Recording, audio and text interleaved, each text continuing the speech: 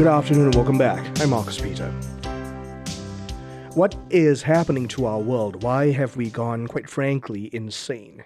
Joining me to have a conversation to help us diagnose the problem is Budziszewski. He is the author of The Pandemic of Lunacy. This is a great book published by Creed and Culture. It's a sane book, and it's a book that puts the finger on the pulse of our modern insanity and paints a pathway forward. Jay, thank you for joining us. How are you? I'm great. Thank you very much. I'm glad to be on your show. I'm very glad to be able to reconnect with you. And the entire premise of your book has to do with reason, or at least the decay of reason into the decay of sanity. And I want to invite you to help our listeners understand the distinction between the two and what has happened. To understand what has happened? Yeah, essentially what has happened to our culture in this decay of reason and decay of sanity. Well, we are being swamped. We are being overtaken, infected by a pandemic of lunacies, of delusions. And it's worse than the COVID pandemic, because that one was transmitted body to body by viruses. But this one is transmitted mind to mind by pernicious ideas, crazy ideas like basic right and wrong are different for everyone, or both sexes must make the same choices, or the truth about God doesn't matter. This is happening to us. It's not just some of these ideas, like you can make up your own sex, seem to many people just silly, but none of these are really silly. They're actually harmful. They hurt people, and they're dangerous for our culture.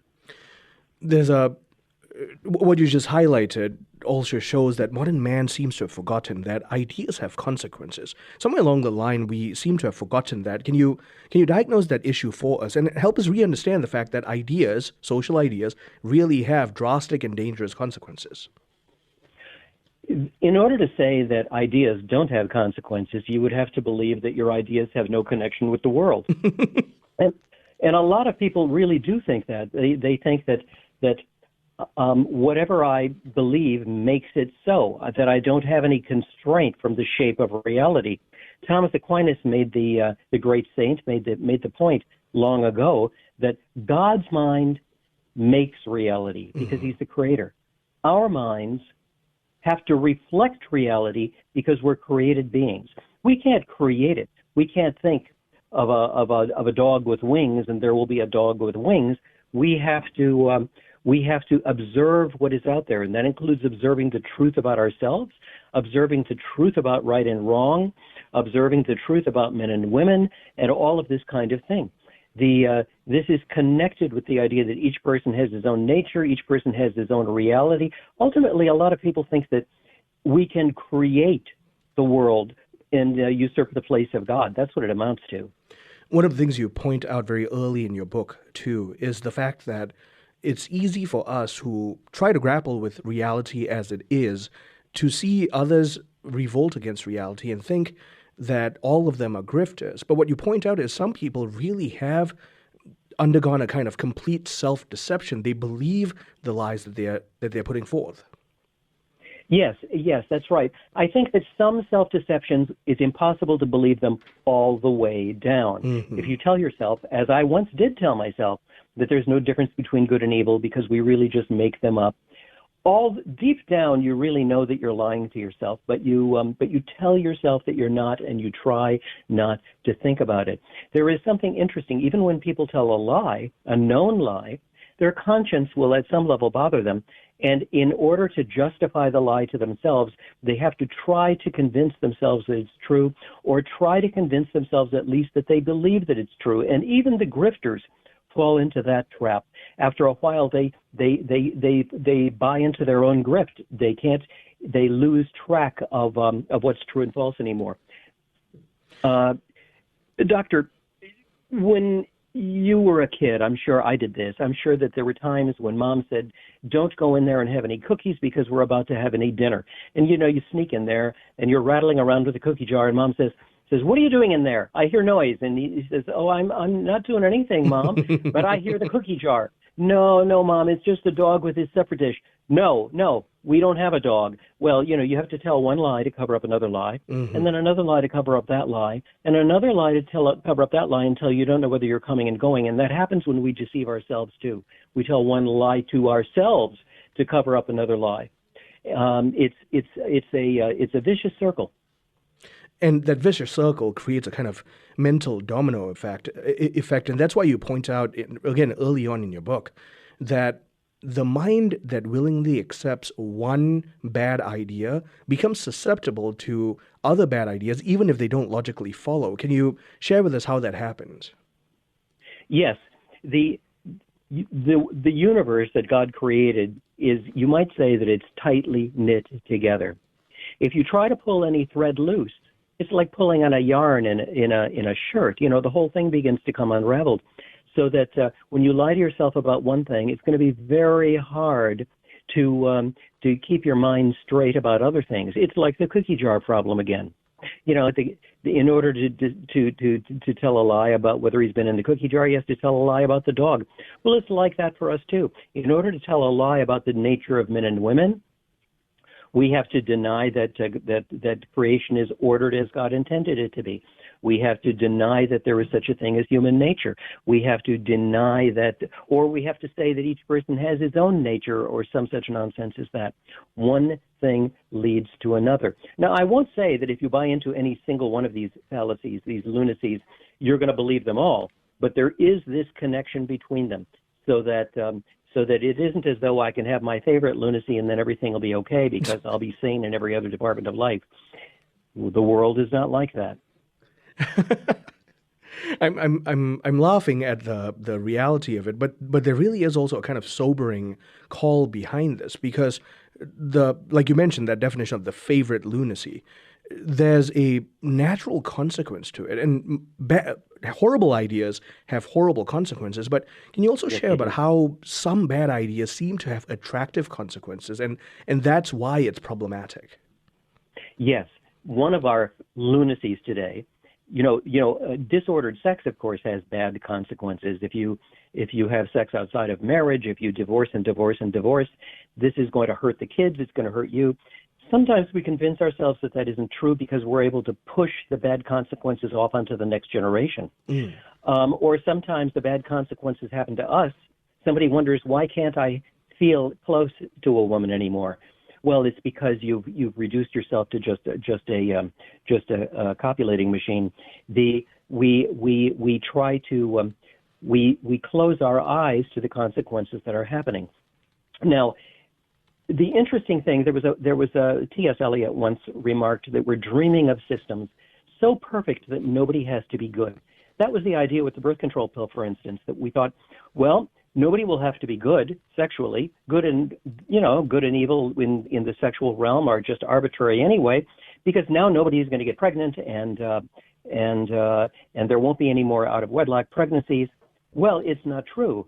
The birth control pill had its own consequences. It changed people's attitude toward sexuality completely, and even made them begin to think that the difference between men and women doesn't make any difference, or that sex has no procreative meaning, or that it doesn't have to bond the partners.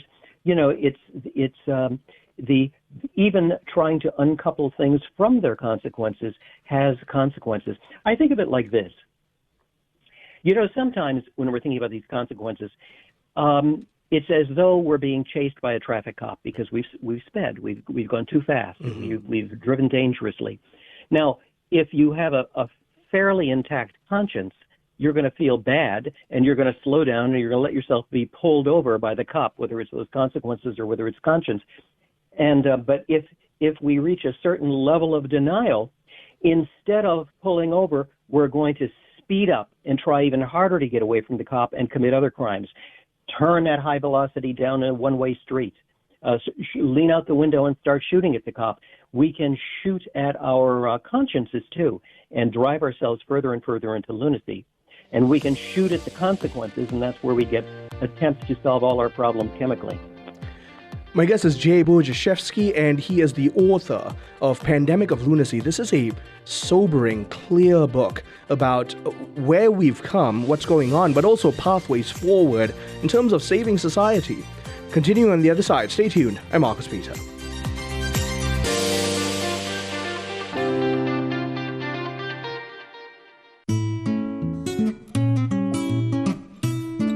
Good afternoon and welcome back. I'm Marcus Peter. I'm talking with Jay Budziszewski. He is the author of Pandemic of Lunacy, How to Think Clearly When Everyone Around You Seems Crazy. Jay, you were talking earlier about conscience, this concept of conscience. And so many of our listeners, right now, even as they're listening to you, are thinking, I see a lot of the lunacy around me. And one of the questions is, how does their conscience not prick them? Like, what's going on within them? And you've engaged that. So help us understand what's going on. I have. This is my take on it. Conscience, we tend to think today that conscience is just one thing. We also tend to think that one thing is something that's pumped in from the outside by socialization. You know, mom and dad tell you something, your priest tells you something, the policeman tells you something, your school teacher tells you something, and all those somethings get inside of you and make up a conscience. Actually, that's not true. The classical thinkers understood conscience is really two things, not one. One of them is, so to speak, factory equipment. There are some things that a person with a human mind and a human moral intellect can't not know. There isn't a soul in the world, including murderers, who don't know that it is wrong to take innocent human life, for example. Now, there's also a second level of that was called synderesis. Now, there's a second level, which the ancients called conscientia. It's where we get the word conscience. And that's where you apply those things. And here's where we can make mistakes. We can apply something incorrectly. We can say, for instance, well, I know I should be faithful to my spouse. That really means being faithful to my lover. So the lady next door loves me more than my wife does, so she's really more my wife than my wife is. You know, we tell ourselves lies like that, and we can go really, really crazy really quickly. Now, when we go wrong on one of the big ticket items, like it's okay to murder or something like that, since we can't lie to ourselves all the way down, conscience is going to do something to us. Now, you use the expression prick. Does it prick us? Well, if by prick you mean that we experience remorse, most people do, most of the time, not everybody, and none of us all of the time. I dare say that probably nobody among your listeners today, I would include myself here, you, probably no one has never had this experience. You did something, you knew that it was wrong, but you didn't feel bad about it. You know, remorse doesn't always kick in for everybody all the time. We can even sometimes do things to make it go away. I was on a radio show once, and I was talking about this, and a guy called up, and he says, I know what you mean. He says, I'm a drunk. I'm on the wagon now, but I'm an alcoholic. And he says, when I used to drink, I would feel bad for drinking, and so I would drink. So you've got another vicious circle. Now, besides remorse, which is the weakest of the consequences, that is, of the punishments of conscience, there are others that don't affect the feelings. You know, conscience really, deep down, is not guilty feelings, but it's guilty knowledge. And when you've got that guilty knowledge and you don't repent, other things kick in. There's the urge to atone. So we start hurting ourselves, and we may even not understand why we're doing it. We have a sense deep down that we've broken our relationships with God and man, so we start to form substitute relationships with people who commit the same sins that we do. We refuse to confess that we have done wrong, but the confessional urge generated by conscience is still there, so we may find ourselves blurting out, confessing every sort of detail of what we did, except that it was wrong. And then finally, we have an urge for justification. It's a New Testament word, but I think that this is, we should understand this is not just something that only Catholics should believe. We have an urge when we know we've done wrong to get back into right. Now, if we refuse to get back into right, then we will justify ourselves in the other sense, by which I mean make excuses. And it's funny, the moral law in us is so strong that we'll even use perversions of the moral law to try to justify the immoral things that we've done. And so, like you rightly highlight, we actually have to do a lot of intellectual work, frankly, bending over backwards to Yeah. to convince our souls of moral lies and to accept them as if they're truth. Oh, yes, it's very, very difficult. You have to expend enormous work. There may be things that you have to. Well, for example, Margaret Mead, the famous anthropologist, went out and studied some of these islanders in the South Sea and said, "Oh, they don't sexuality. It's just whatever you want to do for them. They don't have any ideas about marriage or adultery or promiscuity or anything like that." Later anthropologists visited them and said that wasn't true. She was seeing things that weren't there. She was failing to see things that were there. They actually had strong ideas about some of these things, but her own life was disordered in these ways. And so she had to distort her own perceptions of it and write books essentially to justify herself. This is enormous. A lot of it is also for ordinary people, not concocting crazy theories which justify us or seem to justify us, but rather just not thinking about things. It's like Scarlett O'Hara in Gone with the Wind. I'll think about that tomorrow. And we've all been guilty of that at some time or other, so we should understand how that works. And let's be honest, too, it's because thinking through moral decisions, thinking about truth so that I can live a good life, that's hard work. That's work that takes time, concentration, and frankly, meditation and contemplation. Yes, it does. And it is also disturbing in another way, because we may find we need to change. Mm. And even if you can see the reason why you need to, one resists that. One doesn't want to and tries to believe that it isn't true. That's hard work too, is facing the truth for our own good. The interesting thing about God, he tells us don't do certain things, do certain things. And we think, oh, he's inhibiting our freedom, he's inhibiting our happiness. No, he wants our happiness much more than we do. He loves us way more than we love ourselves. We don't love ourselves nearly well enough, or we'd be listening to him. That raises then one of the other lunacies that you bring up that everyone listening is thinking of, which is today it's almost impossible to have an honest conversation about what's right and wrong, that notion of objective good and objective evil. Yes, those are some of the fallacies, some of the lunacies that I discussed in the book. As a matter of fact, basic right and wrong are vague and equivocal. How much do we hear that, right? Everything is shades of gray. There was even a movie with the title 50 Shades of Gray. Now people say, there was another movie came out, More Shades of Gray, something like that. Oh, really? We think that basic right and wrong are different from everyone. We think that sometimes we just have to do the wrong thing. I teach about the classical doctrine of the virtues in my classes, the cardinal virtues, justice and prudence and temperance and fortitude, and the spiritual virtues, because we're reading Thomas Aquinas, so it's appropriate to talk about his view of this, even though it's a secular university, faith, hope, and charity. But my students will sometimes say, some of them will say, but Professor, you're talking about the virtues, about people having good character. There's no such thing as good character. I learned that in my psychology class. Everybody just responds to the incentives in front of them. And good character versus bad character is a delusion. People really don't differ. That is nuts. I can imagine. How would you advise your daughters that way? Don't worry, dear, if the guy that you're thinking about marrying is a louse. Don't worry if he's a scoundrel, because really he isn't. Everybody is equally scoundrelly and equally lousy, and it's going to make no difference. Just make sure he's got the right incentives. So it's not just a question of disagreeing on what's right and what's wrong. We then tell ourselves that we had the right intention about doing what we most probably believe was the wrong thing, and that's a valid lunacy as well. But yes. We'll pick that up on the other side, Jay. I'm so sorry. We're out of time in this segment. Continuing on the other side with Jay Budziszewski. He is the author of Pandemic of Lunacy, How to Think Clearly When Everyone Around You Seems Crazy. This really is a brilliant book that presents with comprehensive clarity the intellectual issues that we're facing right now in the culture and how we ought to be finding pathways forward, finding an objective truth and an objective grounding so that we can have real conversations and hopefully save the culture.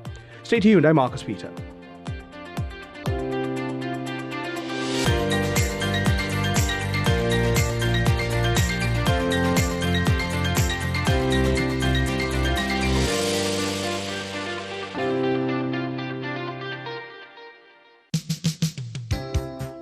Good afternoon and welcome back. Talking with Jay Budziszewski, author of Pandemic of Lunacy. In short, he's giving us a systematic answer to the question why everyone else around us seems ostensibly crazy.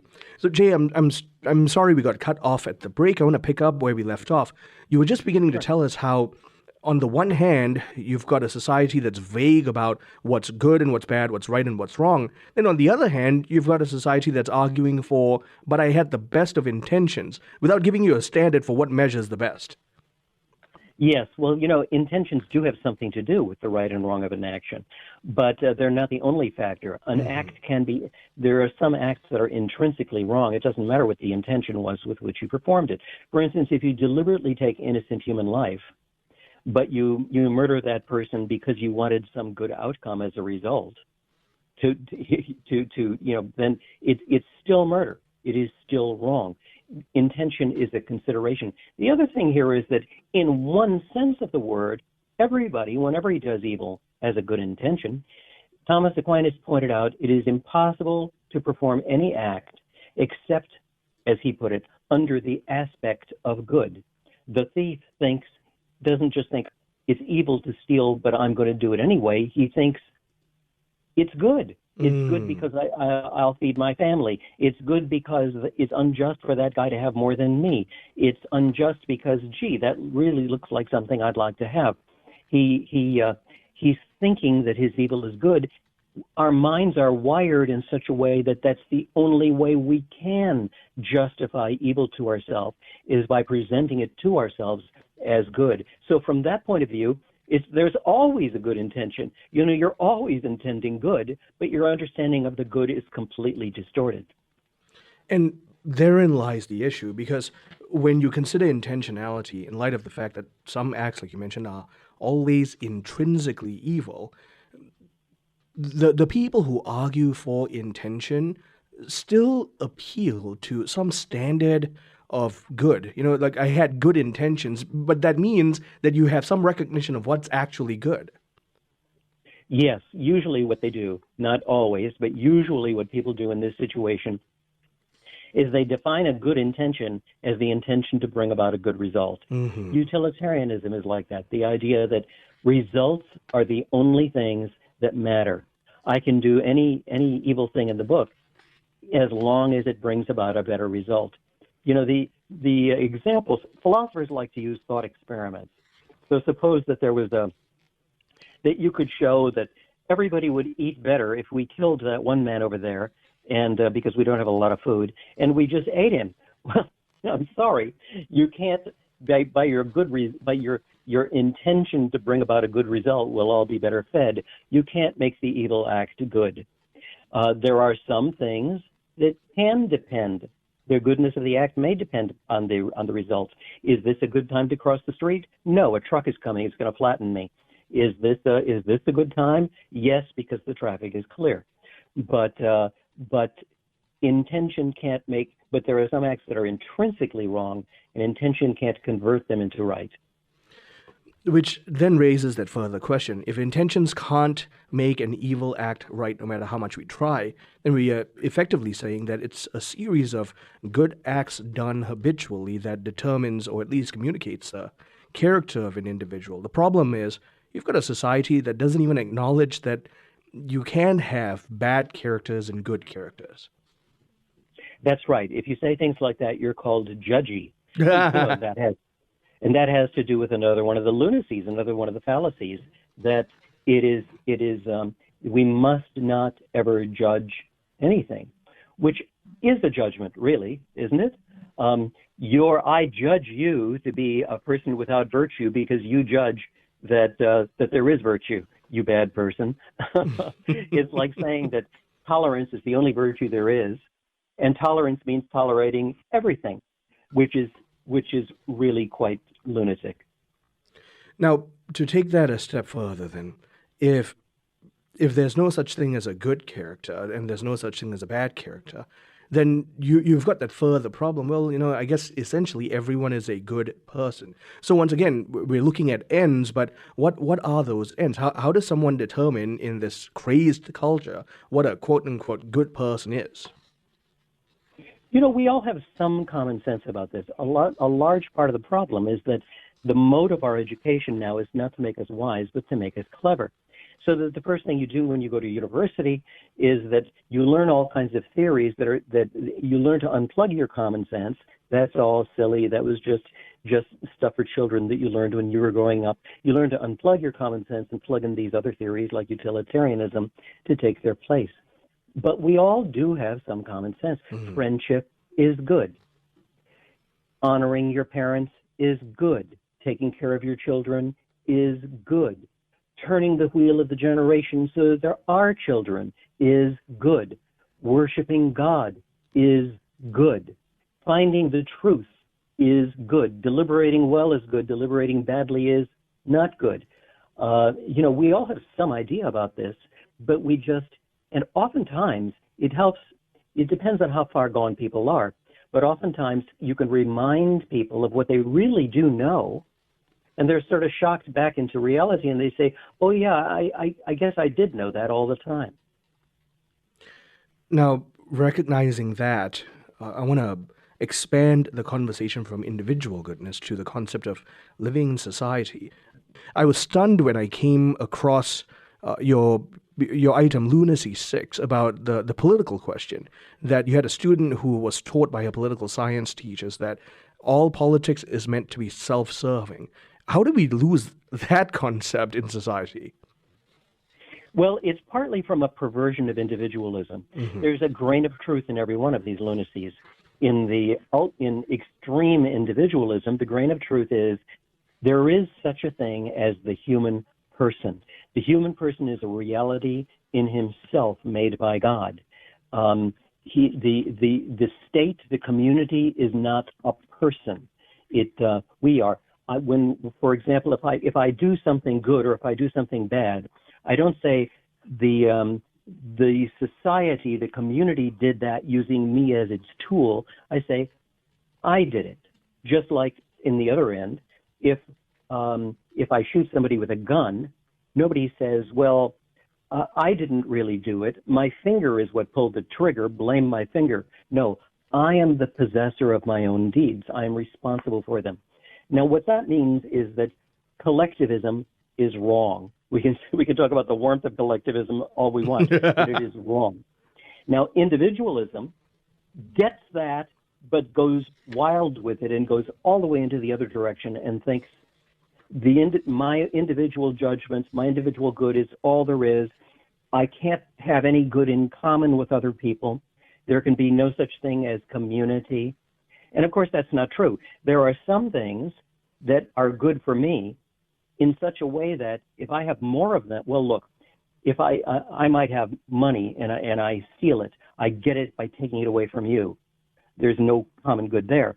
But if I have virtue, I didn't get it by taking it away from you. If you're wiser than I am, you didn't get that wisdom by taking it away from me, and I'm better off because of your wisdom too.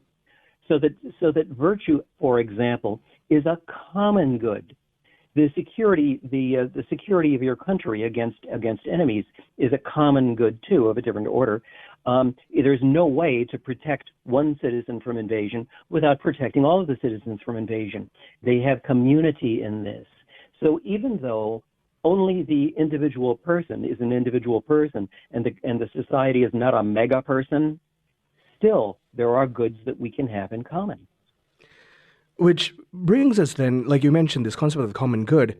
When we become so radically individualistic, one of the lies that permeates the culture is that, well, the government's here to take care of all of our individual needs. And that in and of itself is an ideological lunacy. Just help us address that. Yeah, it is an ideological lunacy. All of these, I guess, are ideological in some sense. Mm-hmm.